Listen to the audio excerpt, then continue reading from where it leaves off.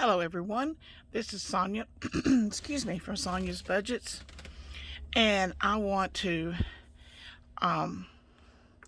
do a beginner's course on budgeting. I am not a financial advisor. This is for entertainment purposes only. I am showing you my real numbers and how we do our budget and how it works for us and how it has changed our lives. In the past little over a year, we've started doing this last January, and it has really changed our lives. And I will tell you all the way that it has changed our lives as I go along. First of all, budgeting for a lot of people is such an ugly word, and it's because that the word budget kind of gives the insinuation of being restricted with your money, which actually what budgeting is being realistic with how much you set aside for each category of your life. And personal finance is just that. It's personal, and everybody's lives are different. Everybody's life. My life is completely different than my oldest sister. My life is completely different from my youngest sister. My life is completely different from everybody that I know, from my children. Everybody's finances are different. It depends on what you have in your household as far as children and pets and your personal needs as far as, any kind of medications, that sort of thing. But Webster's dictionary definition of budget is a statement of estimated income and expenses for a period of time. And number two is a plan for using money. And way that we do our budgeting is from one paycheck to the next. Now, that being said, that's not the same as living paycheck to paycheck. One of the main things that we noticed when we first started, about 2 months into doing our budget, the one thing we started noticing was we were saying, is this week payday or is it next week? Because we couldn't remember. Because on the last paycheck, we had set aside so much money for groceries, so much money for gas, so much money for spending money between me and my husband. I am a stay-at-home small business owner. I have a small business I have a building out of my yard. That's where we are now. We're actually sitting at my sewing machine, if you can tell over here on the side. I'm very blessed and have a very good side little small business. I make quilts. I do some custom sewing. I have 3 multi-needle embroidery machines. I have a commercial sewing machine, and I do a lot of work out here. And I offer other things besides quilts. I do throw pillows. I do some Christmas things. Right now we're working on Easter baskets, and today I need to work on some teddy bears. And the teddy bears will be made out of people's clothing that have passed away, and people have asked me to make a teddy bear out of their loved ones' clothing, and I'm gonna be working on those a lot today. Plus I've got to make some pillow shams today, and you can't see it, but I've got some projects already laid on my machine. My husband is a paramedic. He works in Tuscaloosa, Alabama. At the company he works for only does VA. He carries the VA patients to their doctor's appointments and their procedures, and transfers them from one facility to the other. Sometimes he may go to their home and pick them up and take them in for treatment, and then later on take some back home. But he's been down there since 2006, and he's worked for other companies, but he's been with this one, I guess, the longest of any company he's ever been with. He's been down there for almost 15 years. He leaves on Tuesday morning. He left this morning about 3:30, and he'll be back Friday about lunch, and then he's off the rest of the day, Friday, Saturday, Sunday, and Monday. And so that's the cycle we've been living on for 16 years, getting close to 16 years.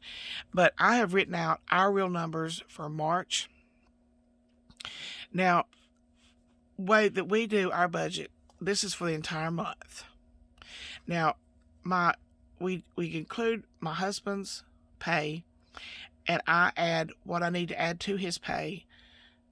If I have to add sometimes a few hundred, sometimes more, sometimes less, whatever to his pay every 2 weeks to make it an even $3,000.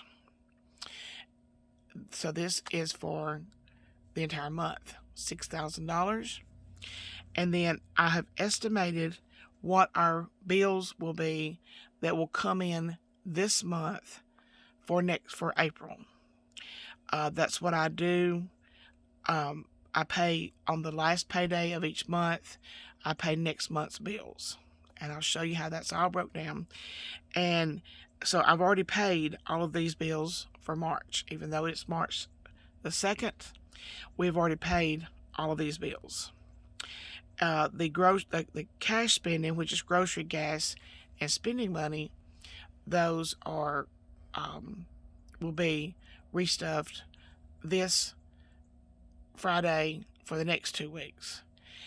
And then we have our sinking funds. If you don't know what a sinking fund is, sinking funds are small savings accounts that you have because of an event that you know is coming up. That event can be, for us, it's going to the meat market. When I buy groceries, I don't tend to buy meat. I buy that about 3 times a year at the meat market, 3 or 4 times a year. So I have a sinking fund for that, to take that and go and buy all the meat I'm going to use for the next 3 to 4 months. And we have medical. Medical is for our co-pays and for the drugstore. I'm not on any kind of maintenance type medications. My husband is. He has high blood pressure, and he has he takes metformin because he's like a borderline diabetic, and he takes metformin, and he takes blood pressure medicine, and I think something else. I don't remember. It has to do with his blood pressure, and that's the money for the drugstore and for any co-pays. I rarely go to the doctor. It's been almost 2 years since I've been to the doctor. I just avoid them at all costs. I get impatient sitting in the waiting room, thinking about all the things I could be doing if I was at home and back at work. Our house insurance is, and these numbers are for the month. So they'll be all divided in half each payday, and half of this will be put into our sinking funds.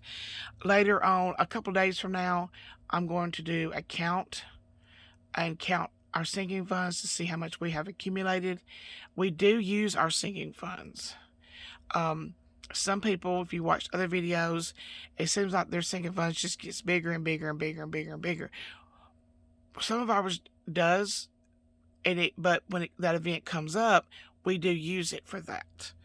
If our homeowner's insurance is due, which is due next month, it's either the end of this month or the first of next month, our home insurance is due. We pay it twice a year, and it's like $350 twice a year, and that's coming up, and so I have a sinking fund for that. We'll put $35 a paycheck in that, and I'll be counting all these this week to see how big they have gotten to. Car maintenance, we both drive newer vehicles.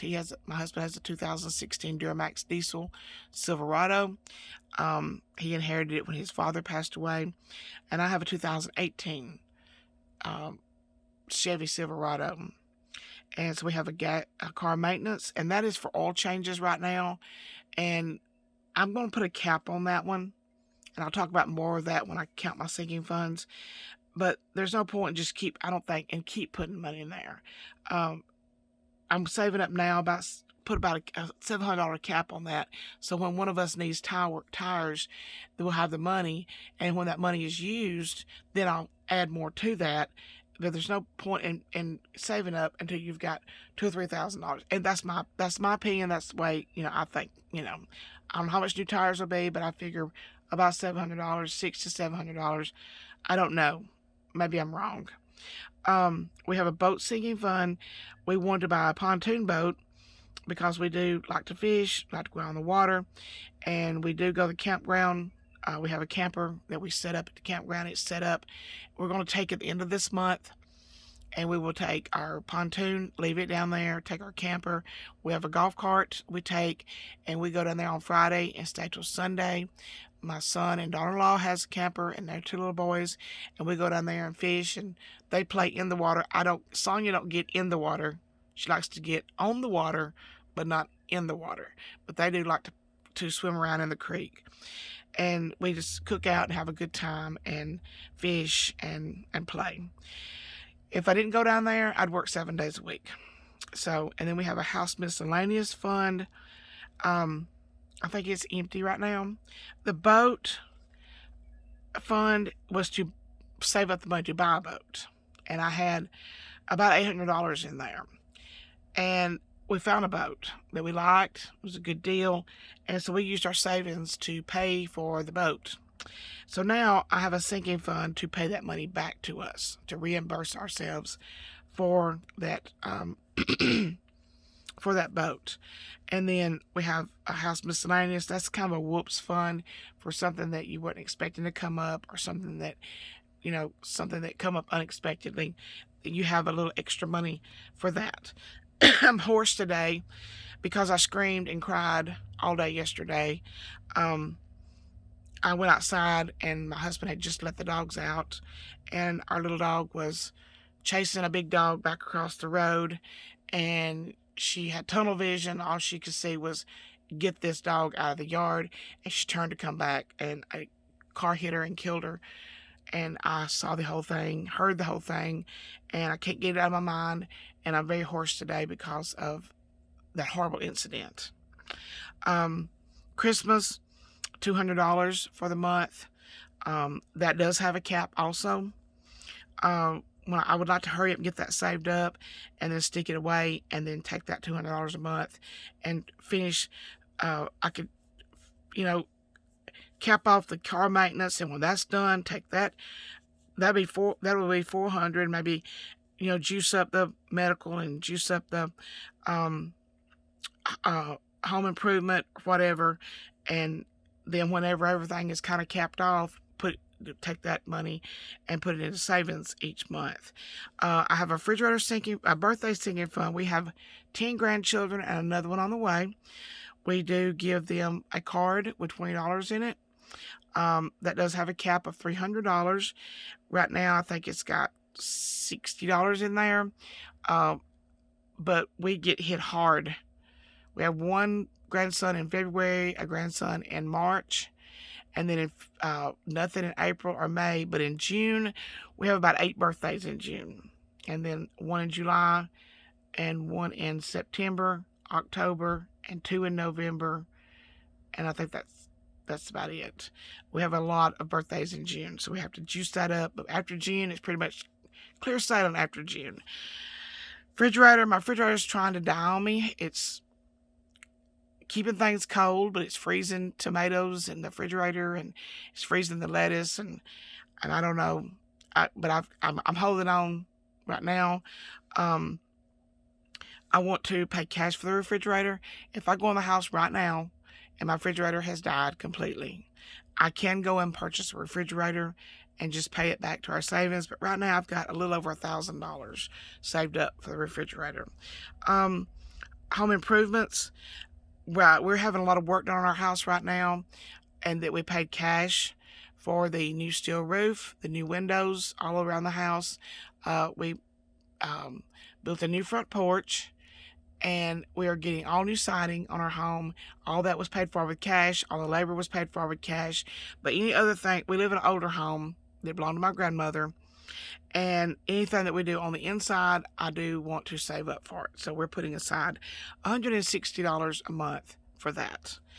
Then road trips, I put aside $240 a month for that, in case we decide we want to go somewhere. We have a couple of savings challenges that I will explain later, and this is my estimated. Some of these are not estimates. Some of these are fixed our expenses each month. We have power, water, those are estimated. Internet is fixed, car insurance is fixed, life insurance is fixed, storage unit is fixed. Our ELOC, we actually pay over on that each month. My truck, the truck payment's like $576, but I have allotted $1,000 to pay on my truck this month.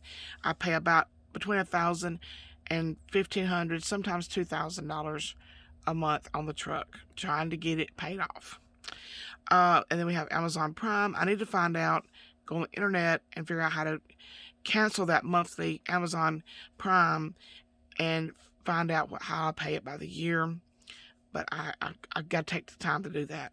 And then our phones, mine and my husband's phones, are $165 for both of our, estimated about $165. Groceries $700, gas $300, and spending $320. And that is our March budget for this year. The only event we have really coming up this year is my little grandson's birthday. He'll be 3. So we will make a trip down to South Alabama to celebrate his birthday. And so that's really the only thing we have event-wise this month is Levi's birthday. And I also, this is a this is a Agenda 52 from Hobby Lobby. This one was on clearance the other day for $11 and something. And it's just a good place to keep all your numbers together. This is the page, the calendar at a glance page. And I don't know, I haven't sat down and looked to see when all of our actual bills are paid. But if you had to divide your bills up per paycheck, to pay a little each paycheck, you would need to have the exact date that those are due.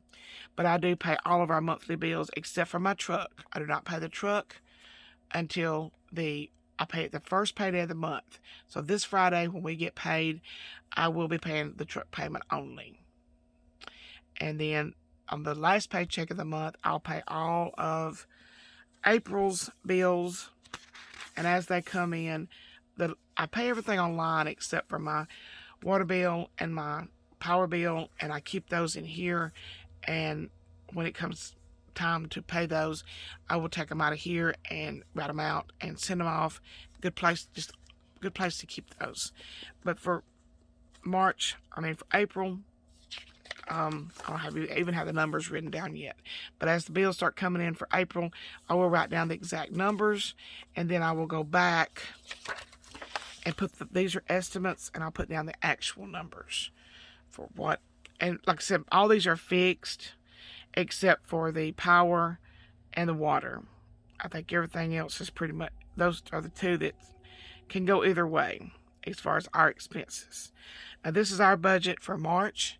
Write out your income at the top, and then write out all your monthly expenses. Your cash envelopes, we are cash spenders. When we go to the grocery store, we use cash. We buy gas, we use cash, and we have spending money. My husband gets $50 a week. He works out of town, and he uses $50, and I get $30 a week because I do work at home and have access to anything I want in our refrigerator and pantry any time of the day, and so I only get $30. And then gas, he gets most of that. My commute to work is a few steps from my door, so I don't use as much gas. So most of that is his, but it will be, all these numbers are double, or these numbers are not, these are expenses, but these down here are doubled, and they will be halved for our paychecks. But I will show you those in a couple days. I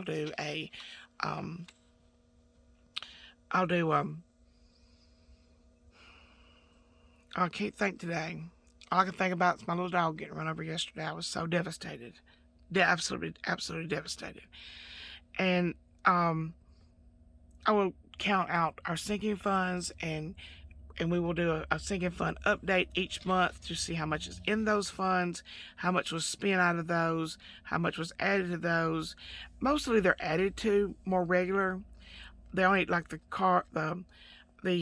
Christmas, that will be spent, pretty much all at one time. during Christmas, and then the birthdays is taken out a little at a time during the year. When the refrigerator has been, when I buy my new refrigerator, that sinking fund will be gone, and we will use that money will go into savings after that, or I'll beef up the boat, and which, whether you put it into savings or you accumulate in an envelope, the results are the same. So I was going to get that earmarked to pay back. When you do your budget, don't say, well, I think I can get by with $200 every 2 weeks for groceries. Make your number realistic. Make them real. And if you think 200, make it 300. Typically, the general rule of thumb is $100 per person in the house, with a minimum of 300. So if there's 2 people, husband and wife, child and adult, whatever the combination may be, whatever the minimum would be 300 instead of it being $100 per person with just 2 people. I think the minimum is 300, and then if you have 4 people in the house, you'd make it 400. 5 people, 500. So that's generally how it works. Make your numbers a little high on the cash envelopes for groceries, gas, and spending, and then because it will take you a period of time for you to adjust those, and see what is realistic. Because if you don't make them realistic, then you will fail. That is a 100% guarantee. Now, it's always best if you have both people in the house, both people, adults in the house, to agree to make out a budget. My husband's on board. I run our finances. He trusts me to run the finances and pay all the bills, and it's working out great. Except the month that I forgot I paid the light bill and paid it the second time. But they called me, said, look, we just got to check this. Please just throw it away, because I swear I can't remember putting it in the mailbox. I cannot remember dropping it at the post office, and I was afraid it would be late. I didn't want to pay a late charge, so I just paid it the second time. So, I thought I had lost it before I got it to the post office, but I didn't. I had sent it, and they had gotten it, but they called, instead of just cashing another one, they call me and let me know how you messed up. I said, just tear it up. And, but for this month, our outgoing money, now not really outgoing, because these we actually will have these numbers, and I'm going to show you how our sinking funds have accumulated. But for cash stuffing, cash spending for groceries, and the expenses of our bills, it's $5,397.51. We notice we do not have any credit cards. We have no mortgage. We have no store credit, anything like that. We have not. When we bought this house, we took out a home equity line of credit, which you can see here, and we paid any small debts that we had off. So, and then we paid the mortgage off on the house in March of 2018. And so we have an ELOC that we're paying right now. And as soon as my truck is paid off, I will hit that ELOC really hard and get that paid off. And we won't owe anybody anything except our monthly bills. But this is how you write it out. Just write down everything, any of your subscriptions, Netflix, Hulu, all of that. We're not big spenders. We're not lavish. I do my own nails, and I had this one broke off last week, and had another one break off the same night. But I don't go and get manicures. I do work for a living. I handle a lot of fabric, a lot of thread, and so a manicure would be wasted on me. And these are my natural nails, and I don't want any kind of acrylic or anything, because if you've ever bumped one of those while you were working, you know what I mean. It hurts. It hurts really bad. So I just have my nails natural, and I try to keep them looking as nice as I can. And we don't spend a lot of money on clothes. He wears a uniform, and I wear whatever is comfortable for that day, whether it's a sweatshirt like I have on today, or I have on a short sleeve t-shirt that I wear during the summertime, but it's a little cool right now. But before the day is up, I will probably have on a short sleeve shirt. So this is our numbers for this month, and then I will break them down by paycheck.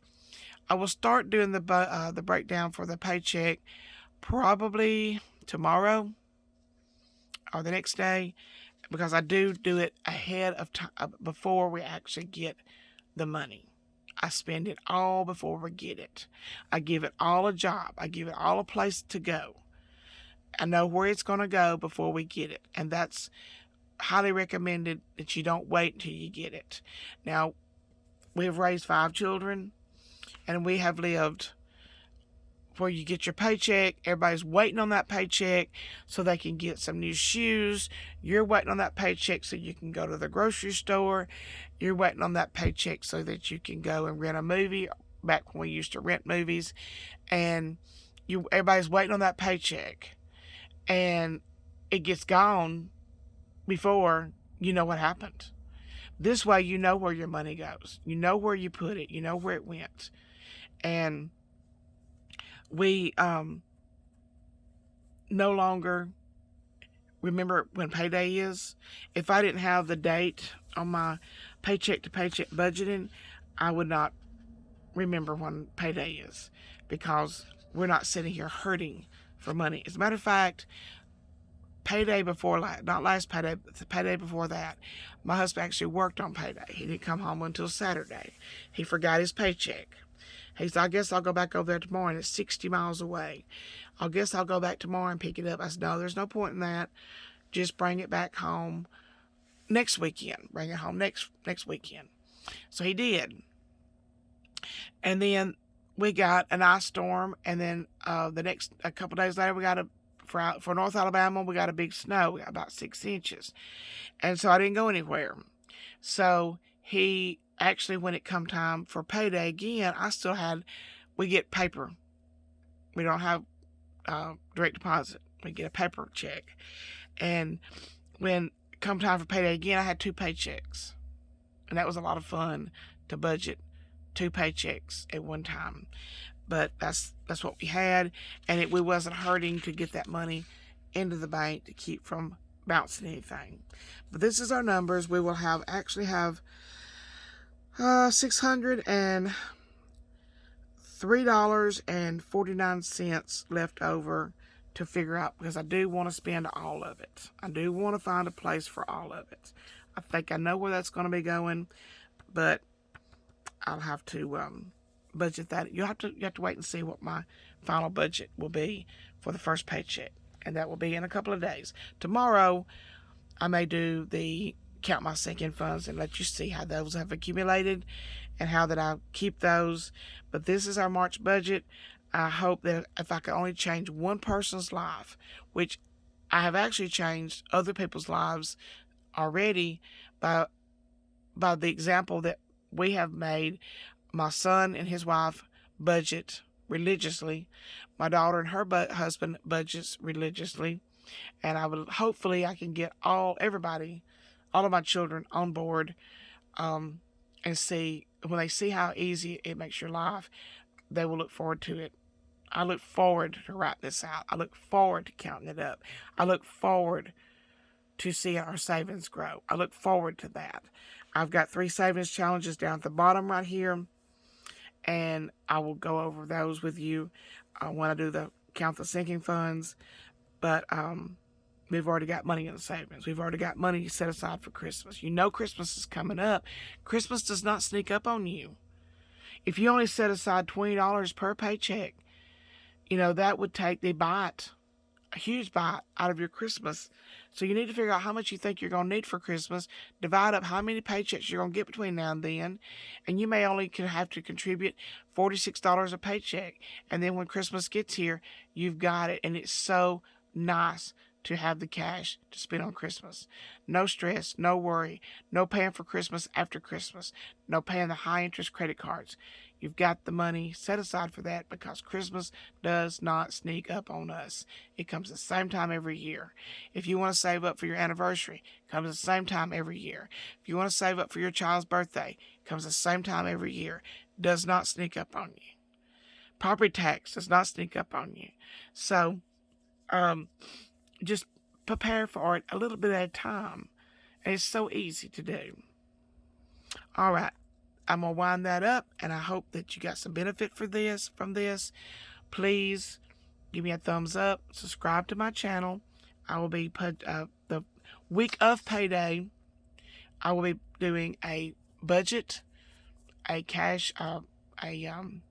sinking fund count and balance on the sinking funds. We'll probably do a grocery list. I don't do grocery haul videos, but a grocery list, meal planning, and then the actual cash envelope stuffing will be on every other Friday. I may do, during the week that's not payday, do a check-in to see how our cash envelopes are holding up money-wise for that pay period. But I hope you enjoyed this, and I've got to get to my sewing machine now, get to work. I need to find something to clean my sewing. That's Sharpie where I've drawn off patterns that's bled through, and that is just Sharpie. I need to find a way to get that cleaned off of my sewing machine table. But I hope you enjoyed this. Give me a thumbs up, subscribe, and I hope you get some benefit from this. Thank you so much. Bye-bye.